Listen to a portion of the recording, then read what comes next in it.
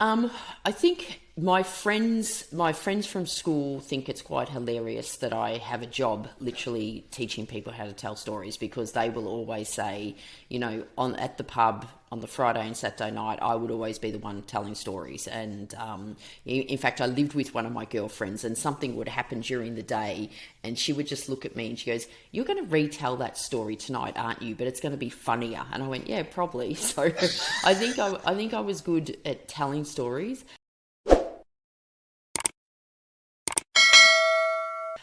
I don't think I was ever good at writing. I wasn't a great. I sort of went okay at school, but I wasn't really into writing as such, and I didn't write as a hobby or anything like that. So I think writing came about because it sort of was almost, if you want to get your message out there, the best way to do it is write a book.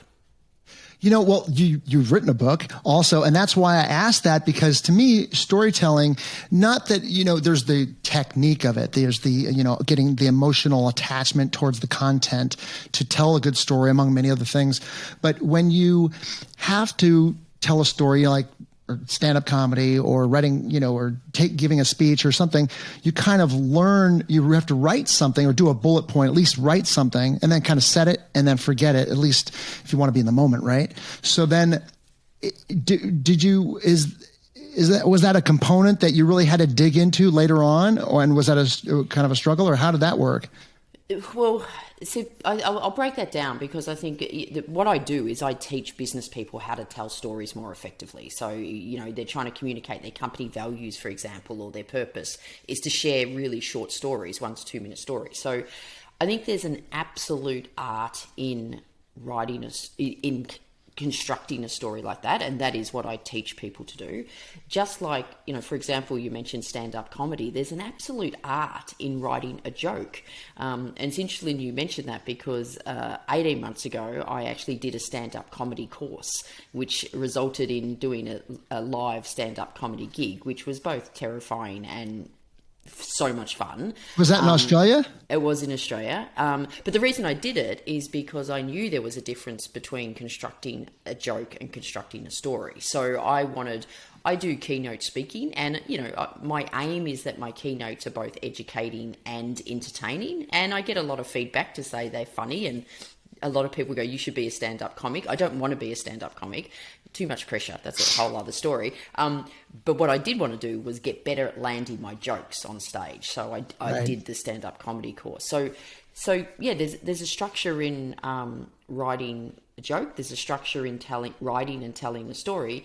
And there's also a process in writing a book. And be fair to say, I've got the help of some really good editors to help with that process, because like I said, writing doesn't come naturally. I actually failed English in my final year of school by 1 mark. So I think my English teacher, Mrs. Bennett, would be more surprised than myself that I've just published my 6th book.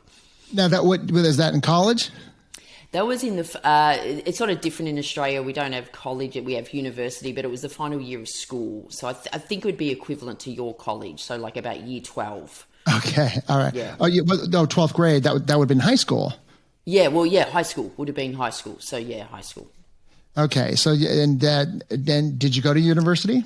No, so I didn't. So because I failed English, I was actually a pretty good student up until year about 10, and I don't know what happened, but I just probably got too cool for school. And so I didn't get the marks. I actually wanted to be a graphic designer. So I applied for university, or TAFE college actually.